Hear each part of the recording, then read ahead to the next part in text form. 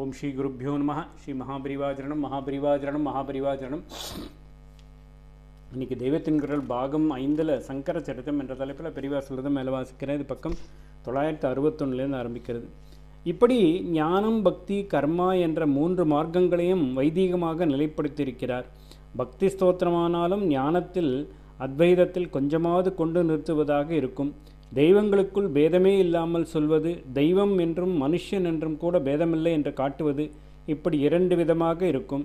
அத்தனை தெய்வத்தையும் ஸ்துதித்து பாடினார். ஒவ்வொரு தெய்வத்தை சொல்லும் போதும் இதுவே பரபிரம்மம், பரதெய்வம், இதற்கு மேல் ஒன்று எனக்கு தெரியவில்லை, ந ஜானே என்று சொல்வார். லக்ஷ்மி அவளே சரஸ்வதி, பார்வதி என்று கொண்டாடிய மாதிரியே மற்ற தெய்வங்களையும் சொல்லியிருப்பார்.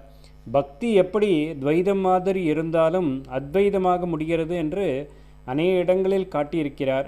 சிவானந்த லகரியில் பக்தி லட்சணத்தை பலவிதமாக சொல்லி, சிந்துகு ஷரித் வல்லபம், சமுத்திரத்தில் நதி கலந்து சமுத்திரமே ஆகிவிடுகிறார் போல என்று முடித்திருக்கிறார். சௌந்தரிய லகரியில் வேடிக்கையாக சொல்வார், பவானித்வம், பவானி நீ என்னை கடாட்சிப்பாயாக என்று பக்தன் ஆரம்பிக்கும் போதே பவானித்வம் என்ற அந்த வார்த்தைகளுக்கு நான் நீ ஆவேன் என்றும் அர்த்தம் பண்ணலாம். ஆதலால் அம்பாள் அப்படி அர்த்தம் பண்ணிக்கொண்டு பக்தனுக்கு அத்வைத சாயுஜ்யத்தை கொடுத்து விடுகிறாள் என்கிறார்.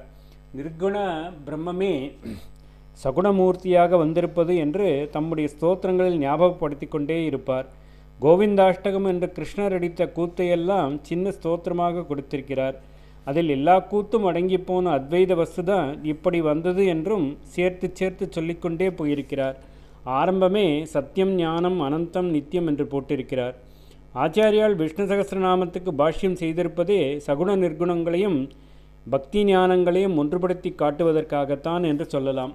அத்வைதத்தையும் பக்தியும் இணைத்து கொடுத்திருப்பதற்கு நீங்கள் அவ்வளவாக கேள்விப்பட்டிராத ஒரு ஸ்தோத்திரத்தில் திருஷ்டாந்தம் காட்டுகிறேன். லக்ஷ்மி நிருசிம்ம பஞ்சரத்னம் என்று அதற்கு பெயர். ஆச்சாரியால் நரசிம்மர் விஷயமாக பண்ணியுள்ள கராவலம்ப ஸ்தோத்திரத்தின் அளவுக்கு இது பிரசித்தியாக இல்லை. இதை ஆரம்பிக்கும் போதே ஆச்சாரியால் சொல்கிறார், கண்ணாடி இருக்கிறது, உள்ளே பிரதிபிம்பம் தெரிகிறது, திலகமில்லாமல் அது பாழ்நெற்றியாக தெரிகிறது, பார்த்தால் நன்றாகவே இல்லை, திலகம் வைக்கணும் என்று தோன்றுகிறது, என்ன பண்ணணும்? கண்ணாடிக்கு புட்டு வைப்பார்கள், அது அழுக்காவதாகத்தான் ஆகுமே தவிர வேறென்ன நடக்கும்? பின்ன என்ன பண்ணுவார்கள்? பிரதிபிம்பத்துக்கு மூலமான பிம்ப ஆசாமிக்குத்தான் புட்டு வைப்பார்கள். அப்படி இந்த ஜீவலோகம் பூராவும் ஏக சைத்தன்யம் மாயை கண்ணாடியில் காட்டுகிற தினுசான பிரதிபிம்பங்கள் தான். நீயும் அப்படித்தான்.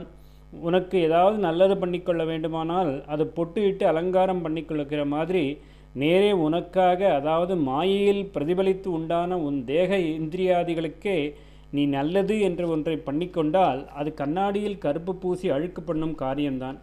மூலபிம்பம் சைத்தன்யம் என்றால் அதற்குத்தான் பண்ணக்கூடியது என்ன இருக்கிறது? முதலில் அது என் மனசுக்கே வரவில்லையே என்கிறாயா? சரி, அதுவே தான் ரூபங்களோடு குணங்களோடு இந்த லக்ஷ்மி நரசிம்ம மூர்த்தியாக வந்திருக்கிறது. அவனுக்கு பஜனை பண்ணு, பூஜை பண்ணு, சதா ஸ்மரணம் பண்ணு. அதுதான் உனக்கு பண்ணிக்கொள்ளும் அத்தனை நல்லதும், திலகதாரணம் முதலான அத்தனை அலங்காரமும் என்று சொல்லியிருக்கிறார். இத்தனை நீட்டாமல் சுருங்கச் சொல்லி விளங்க வைத்திருக்கிறார்.